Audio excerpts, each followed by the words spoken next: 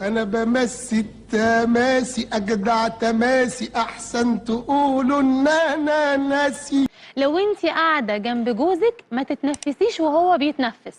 تاني، لو انت قاعده جنب جوزك فرعونك ما تتنفسيش وهو بيتنفس. عيب، عيب يا مدام، عيب تتنفسي وجوزك بيتنفس في نفس الوقت. عيب؟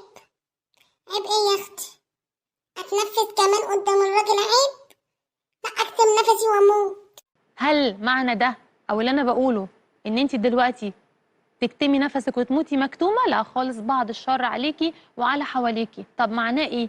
نفهم المعنى، نفهم معنى الجمله اللي انا بقولها، ما تبقيش متسرعه في الحكم.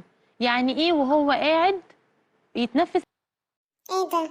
هي سامعيني ولا ايه؟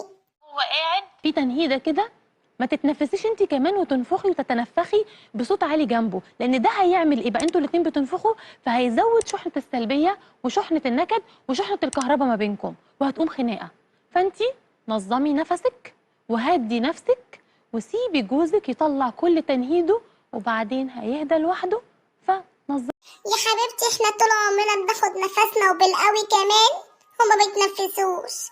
سيبينا ناخد راحتنا، حتى هتكتمينا واحنا في البيت. بتتسامروا مع بعض وبتتكلموا، ما ينفعش فجأة تقومي تقفي كده وهو في نص كلامه وتمشي بدون استئذان تروحي الحمام. الحمام مش أهم منه يا مدام.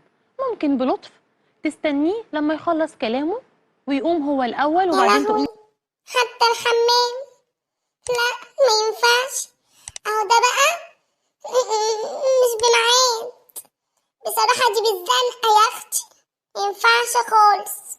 اوعي تجيبي سيرة الحمام، سيبي الحمام ده اول ما واحد بيزنق بيجري عليه على طول. بيدور عليا، بيدور عليا.